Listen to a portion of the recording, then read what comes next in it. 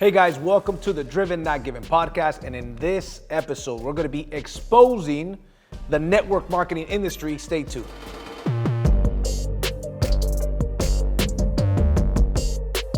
All right, guys, welcome to, again, the podcast and exposing the network marketing industry. And here's what I mean by it, right? We're going to be talking about the cons. There's certainly a lot of cons in the network marketing industry, but there's also a lot of pros. So I want to make sure that we make that clear. I'm going to be going through the pros and the cons of the industry. So it's kind of like, listen, get a white sheet of paper. And this is what I always tell people to do when they're contemplating something, right? Get a white sheet of paper, keep it simple. Draw a line down the middle, put the pros and put the cons on the other side and weigh them out, right? So that's what I'm going to be doing. For those of you guys that may not know, I actually have made millions of dollars in the network marketing industry. The biggest team that I've ever built in network marketing is 120,000 people. I made $1 million by the age of 30 in the network marketing industry. $1 million in 1 year by the age of 30. Now, check this out. Whenever you're getting information regarding this, there's a lot of, listen, the network marketing industry is over $200 billion a year industry, okay? And there's a lot of information out there. There's a lot of authors, right, that are giving you information. They're exposing network marketing or they're talking good about it. But we all know that negative news travels faster. So I'm going to try to be as unbiased as I can in this video, okay?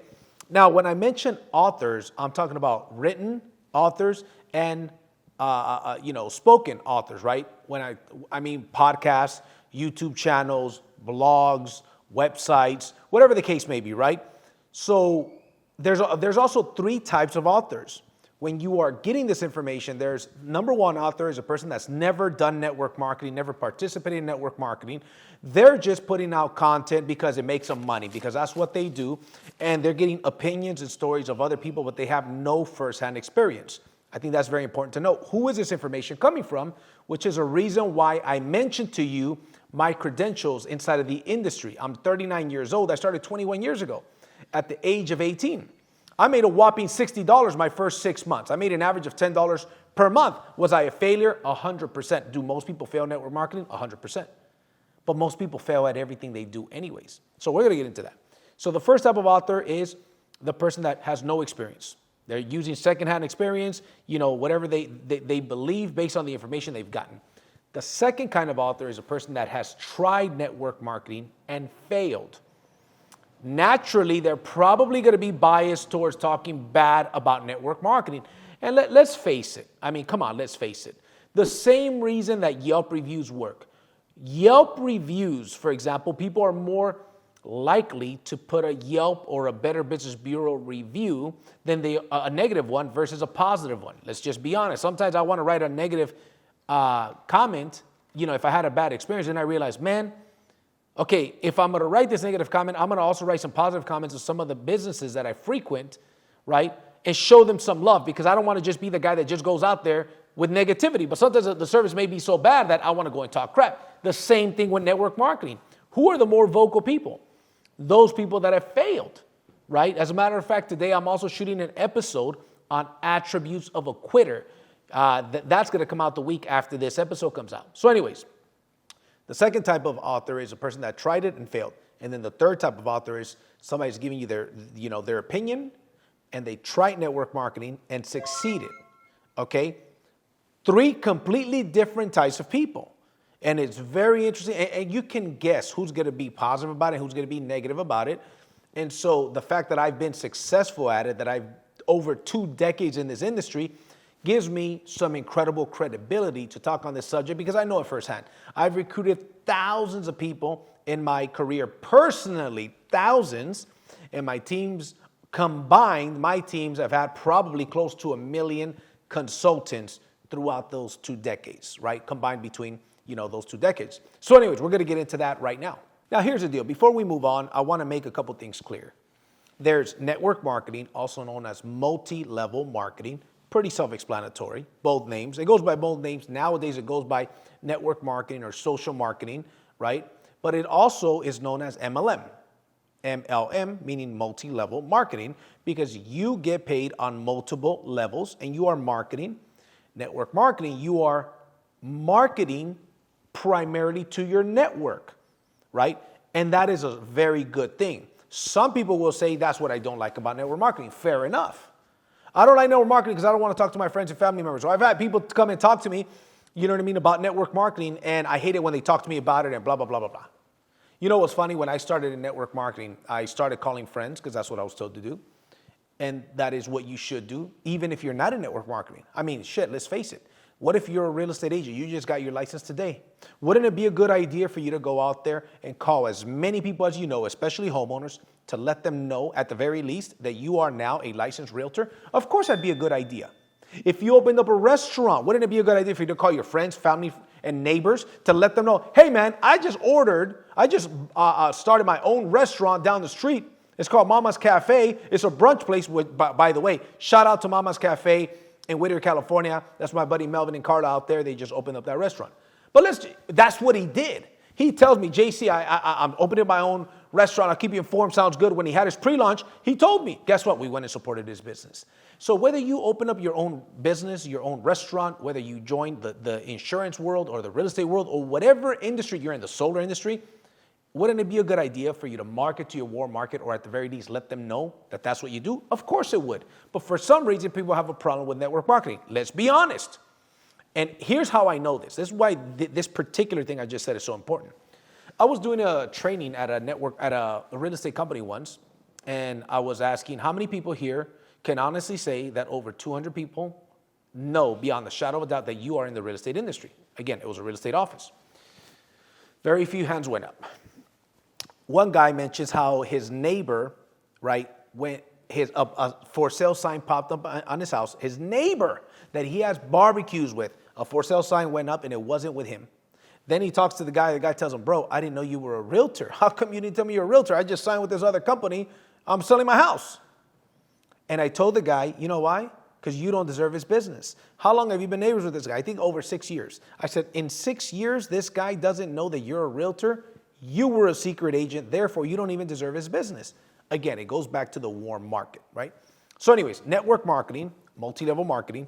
There's also people call it, oh, that's a pyramid scheme. You don't know what you're talking about. So I'm going to educate you here. A pyramid scheme, okay, there's pyramid scheme, then there's another one, a Ponzi scheme. These are three different things, guys. So let's get this out the way first, okay? I'm going to educate your ass, right? Excuse my language. I'm going to educate you, right? You know, old habits, right? So a pyramid scheme. A pyramid scheme is when it has the same structure, but there's no product or service involved for the money. It's kind of like, hey, join and you get nothing, but you get 3 people to join underneath you and you make this much commission and they get people, blah, blah, blah. And there's no sales or purchases of products or services. It's just an exchange of money. That is illegal. That is a pyramid scheme, okay? And I'm going to get into this right now in detail. Then you've got the Ponzi scheme. A Ponzi scheme is where similar thing where people put money in, but they're promised a return on investment. Hey, you put $1,000 and we're going to pay you back, $2,000 in a year, right? And then, and you make a commission very often in those for referring other people into some of these Ponzi schemes. You earn like a 10%, 20% kickback on it. It's just robbing Paul to pay Peter. They're just paying money, and the guy at the top is keeping the majority of it, and he's paying people's investments, and because he's paying people their investment back, guess what happens? They start to reinvest some of that money and bring some of their friends and family members, but eventually it gets too big and out of control. More money is supposed to go out than what's coming in, and it falls. That is a Ponzi scheme. Charles Ponzi was that's the original Bernie Madoff. If you guys remember Bernie Madoff, he had one of the biggest Ponzi schemes in the history of the world. And it was here in America. I think it was in New York. Well, the original Bernie Madoff was really Charles Ponzi, right? That's when that was created. That's a Ponzi scheme. So it's 3 different things. We want to clear those things up so we know what we're talking about. In this episode, we're talking about network marketing. Okay, now that we've got that out the way, we understand network marketing, pyramid scheme, Ponzi scheme. That's out the way. I'm going to give you a breakdown of network marketing in a very simple term. So let's say, for example, I own a credit repair company, creditbrokers.com. How you guys like my plug there? By the way, make sure you guys like and comment this video. Show me some love. Send it to 3 or 4 folks, okay? I'd really appreciate that. Here's the deal. Okay, let's say, for example, you got a credit repair service, right? credit repair, or whatever the service or product is. Let's just take in this, for the sake of this example, credit repair, $500. You got a $500 credit repair service, and here's what happens. $500 credit repair, you got two companies. You got a traditional company that's not network marketing, and you've got a network marketing company model. They both pay 50% commission. You got ABC company, it charges $500 for the service, and it pays a sales rep $250, 50%.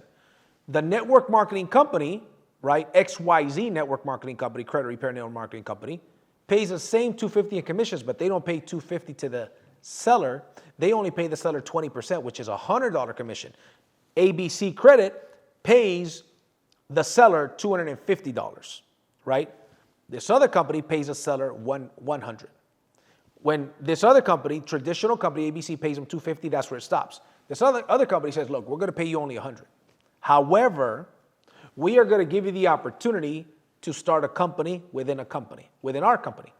We provide the company, we provide the services, the customer service, all of it. You just got to sell. And if you choose to recruit others, you can. If you don't want to recruit others, you're probably better off with a company like ABC Credit, because they pay you higher commissions for selling the same service. But here's the deal. This company is going to pay you $100 instead of $250. But then they're going to pay you, if you introduce, let's say, Johnny makes a sale. He makes $100, but you make $50. Okay, a 10% override, right? 10% of 500 equals $50. Johnny goes out there and brings Mary. You earn a 5% override, right? Which is $25, right? And then Mary goes out there and brings somebody else. You make another 25, right? So we're keeping it simple. So you got 20, 10, that's 30, and then another 4 levels of 5%, which totals to 50%. So let's keep it simple. Let's say you got Jose and Luis. Jose and Luis work for the same, these two different companies. Jose is selling 4 memberships for credit repair per month with ABC Credit. So he's making $250 times 4 equals $1,000 a week. He's like, hey man, I'm making $1,000 a week selling credit repair.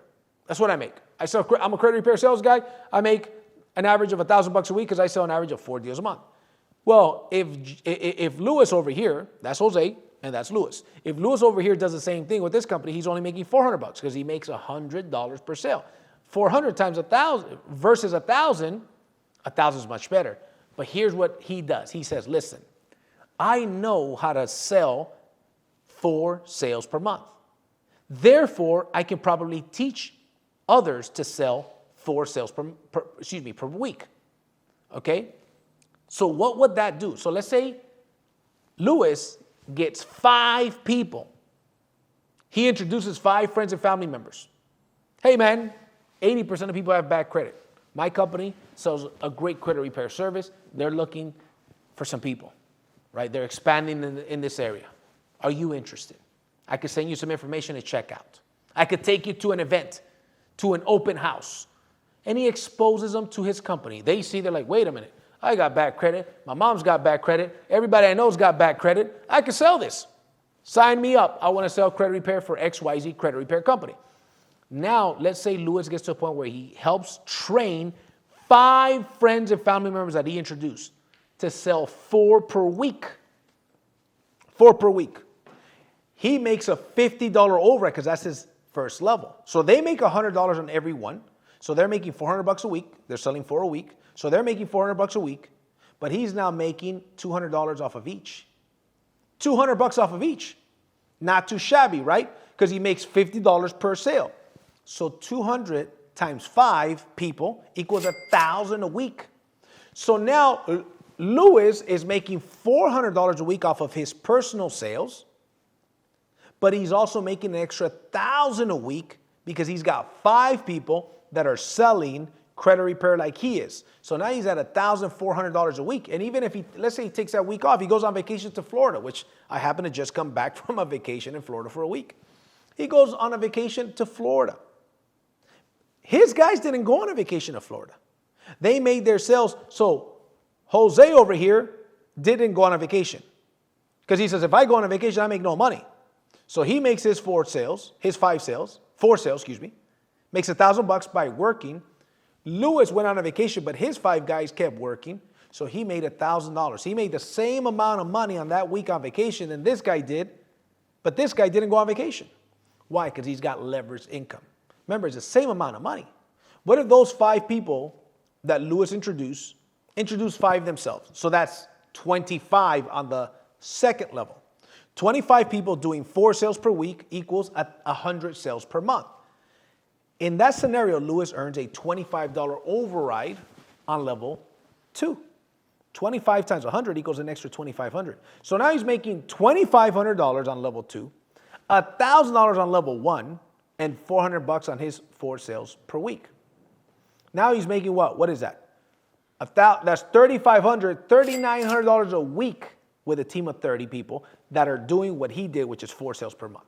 Here's the deal. Some people say, listen, man, I just want to sell. I don't want to bother with recruiting people. I just want to sell. Good. Then a company like this other company, ABC Credit, is the best option for you. This other company allows you, if you choose to build a team and override the efforts and the sales of that team. That's optional. If that's not your thing, go to this other company. That's a perfect example of the next subject that I'm going to get into. For example, you've got insurance companies that offer insurance through a network marketing model. The biggest insurance company that does this is Primerica. Many billions, a dollar company, right? It's probably like a 40-year-old company, right? Primerica was started, it used to be A.L. Williams. That was the original founder. He got bought out. That guy's a billionaire now. Okay, he started Primerica. And he even said when he started it, we don't want to hire insurance agents. We want to train new ones. Kind of like the movie Boiler Room. You guys ever see Boiler Room? Ben Affleck comes in. He says in the group interview, does anybody here have a Series 7 license? Some guy raises his hand all cocky. I got a Series 7. He says, great, you can get out of here. The guy's like, why? He says, we don't hire brokers here. We train new ones. Get your shit, Skippy. Let's go. Boom, boom, boom. And he kicks him out, right? Really cool scene. The point is, A.L. Williams had the same mindset. A.L. Williams said, no, we're not going to go after insurance agents. They got their bad habits. They got the way that they think insurance should be done. We're going to do things the way that we believe it should be done, and it's going to be through warm market. So that company is probably the biggest insurance company, one of the biggest, right? I don't know how many billions, but it's a huge company. And then you've got companies like WFG, World Financial Group. You've got companies like PHP, right? Patrick Bet-David is the founder of PHP. Funny story about those companies that WFG was born from Primerica. Some of the top guys in Primerica left, started WFG, and one of the top guys, or one of the really good leaders in WFG left and started PHP, right? It's funny how that works. It's kind of like those I think it's the Russian dolls. You open it up, there's another one inside and whatnot, right? Interesting story about those, right? And there's been a bunch of other ones that started that are not as popular as those. But the point is this. You could go to State Farm. I got a buddy, Jose Cerrato. Shout out to my buddy Jose Cerrato. He's got a State Farm agency. He chose to go that route, right? The traditional insurance route. All your needs, he could take care of them. These other guys have a different model. They're like, look, we show other people how to be insurance brokers as well, how to sell nationwide, how to make overrides, and you got the traditional company. Here's one thing you'll realize very often. Sometimes you got the traditional company will offer you the same services, even through the same providers as a network marketing insurance company. It's just a matter of who gives you a better deal, who do you feel better doing business with, right? So anyways, look, that's a little history on insurance network marketing companies. Okay, so here's another example. And we talked about real estate earlier, and we're going to talk about it right now. Some real estate agents, all they want to do is sell, and that's perfectly fine. There's an opportunity for them. You've got traditional companies like Remax, Century 21, etc., Prudential, whatever the case may be, right? But then you've got companies that are changing the game. You got the fastest growing real estate company in the history of real estate, eXp Realty. I'm not a part of eXp Realty. I'm not a part of these insurance companies I mentioned, by the way. I'm a part of a solar company that has this model very similar to eXp, okay? But eXp Realty, for example, eXp Realty says, look, we're not going to negotiate the split. In a traditional real estate company, here's what they do. You go into the company. If you're a new guy, you're probably going to get a 50% split. But they provide the office. They provide the training and the mentorship and support and all this other stuff. So yes, 50%. And then as you get more experience and you close deals, they start to negotiate your commissions higher. And in a real estate company, you'll see people making anywhere from about 50% to about 90%. Sometimes you might see some agents at a 95% split, right? Meaning they take 95% of the commission and the broker takes 5%. But typically, probably between 70 and 85% is the splits that you're going to see in real estate companies. eXp Realty said, we're going to do things different.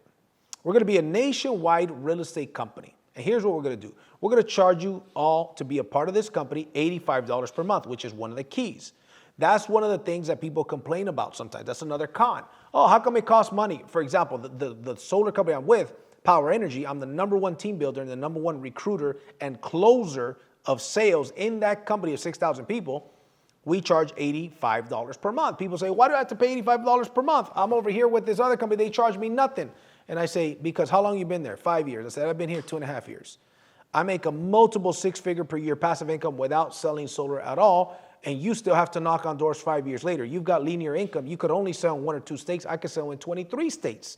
I get paid off of the efforts of 1,300 sales reps. You get paid off of your efforts. If you get sick for a week, you make no money for that week, right? If I get sick for a week, I got 1,300 people that contribute to my income. We are not the same, right?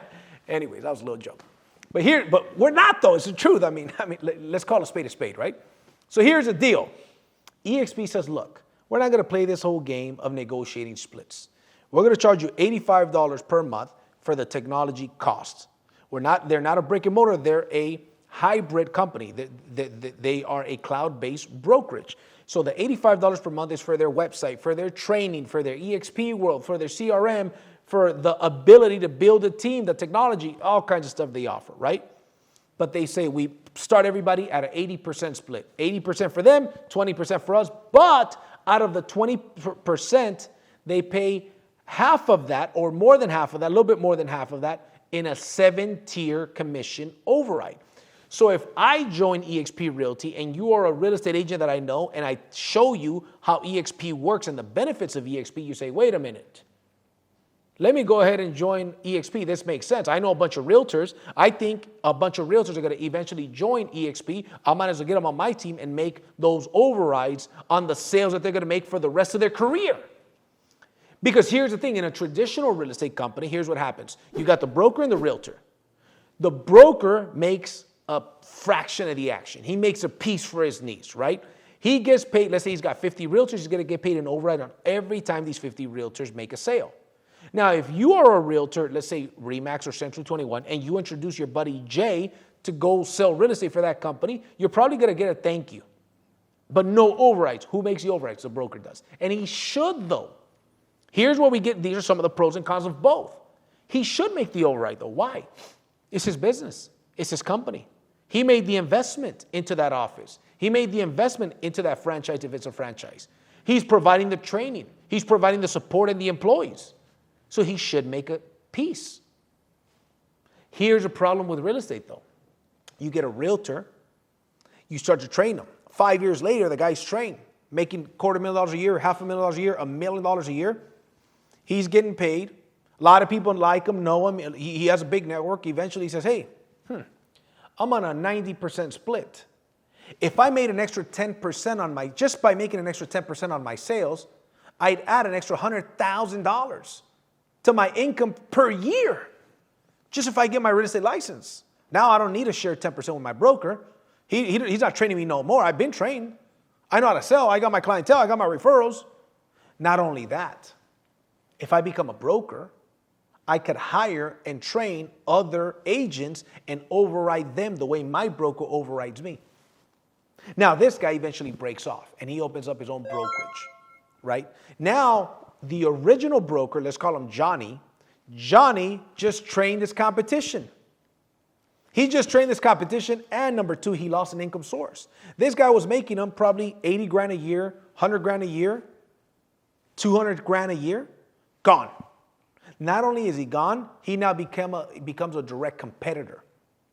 Now, what if some of this guy, Johnny's agents, leave to that guy's companies? Hey, man, I'll pay you a bigger split.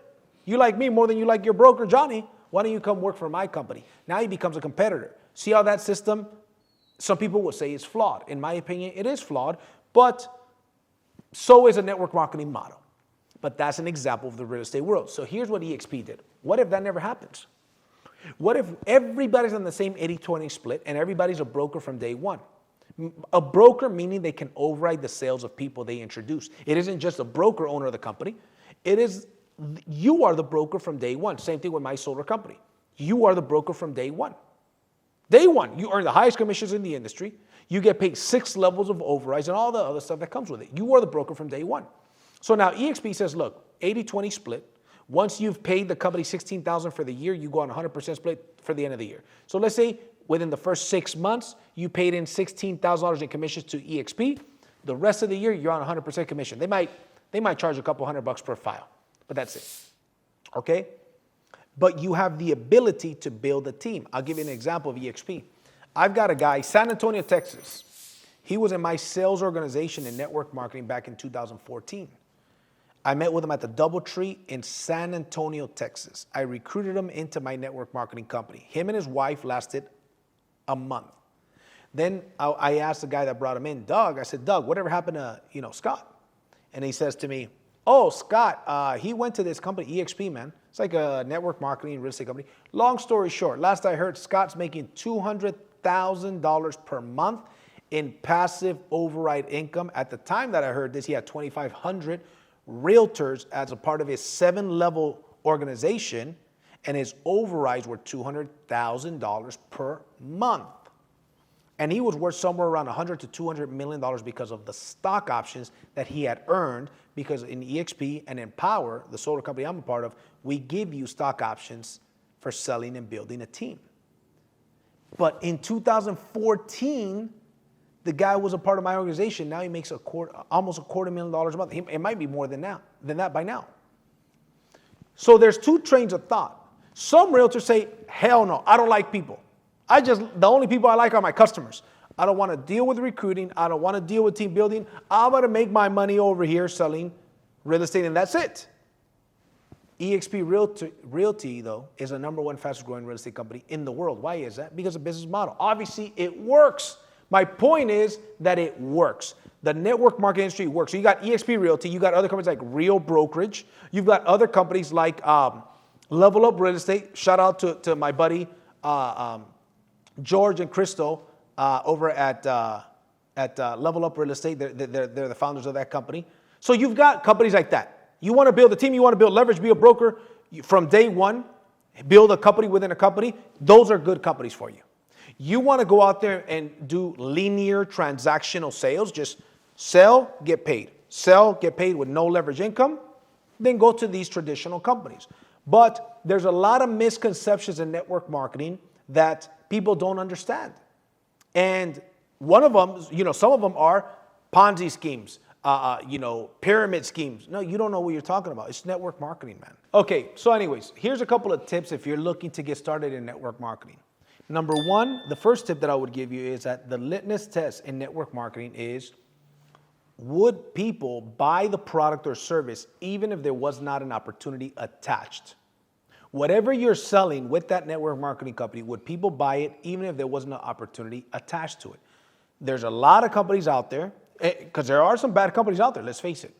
There's a lot of companies out there that the only reason why people buy the product or the service is because there's an opportunity attached to it, and they need to buy it to stay qualified or whatever the case may be. But if you find a company that has a good product or service that people are going to buy regardless, just to be real customers, that is tip number 1. You want to make sure that it passes a litmus test, which is they would indeed buy the product or service even without an opportunity attached to it. Tip number 2, find a product or service that you can get passionate about. Ideally, something that you will use yourself, right? If you wouldn't buy it yourself as a customer, it's going to be very hard for you to really get passionate about it and introduce it or sell it to other people. So make sure that you're passionate about the product yourself. Tip number 3, I'd say you got to give it at least 3 years of solid effort. By solid effort, I mean you've got to commit to the trainings. You've got to not only commit to the trainings, but you got to pay attention to what they tell you.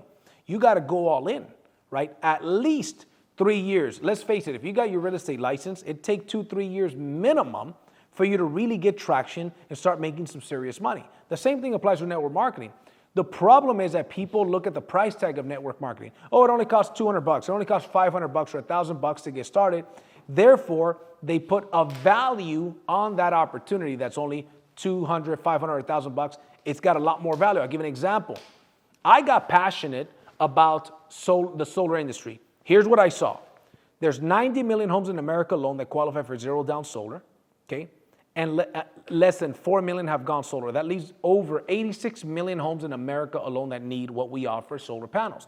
The governments are pushing solar. It's not a matter of if, but when people are going to go solar. It's a product I believe in. It adds value to the house. It saves them money. It's one of the only expenses, it's one of the only purchases that somebody can make that's going to put more money back in their pocket, right? For me, I got passionate about it.